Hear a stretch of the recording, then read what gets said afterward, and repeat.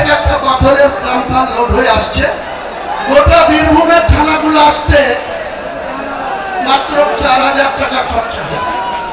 যেই মুর্শিদাবাদের বেলগ্রাম ঢুকবে বড়ুয়া থানায়, শুরু হয়ে যাবে একাই একটা থানাতে 4,000।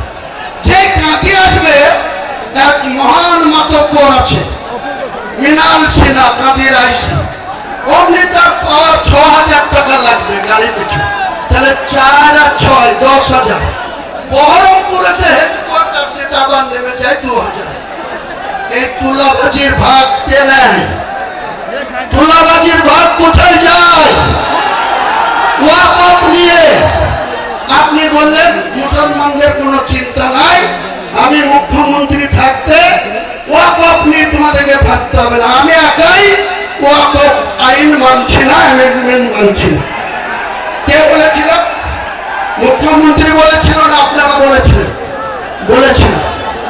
এবং সুতি থেকে, মুর্শিদাবাদের সুতি থেকে 6 মে 2025 উনি পরিষ্কার বললেন, আমি ওয়াকফ নিয়ে এখানকার মুসলমানদের কোনো আন্দোলন করতে দেব না। তাদের যদি আন্দোলন করার ইচ্ছা হয় দিল্লিতে যাক, দিল্লিতে গিয়ে আন্দোলন করুন।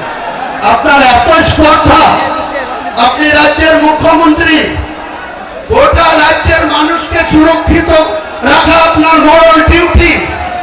আপনি সেটা না করে মুসলমানদেরকে এত চাচ্ছিল্য।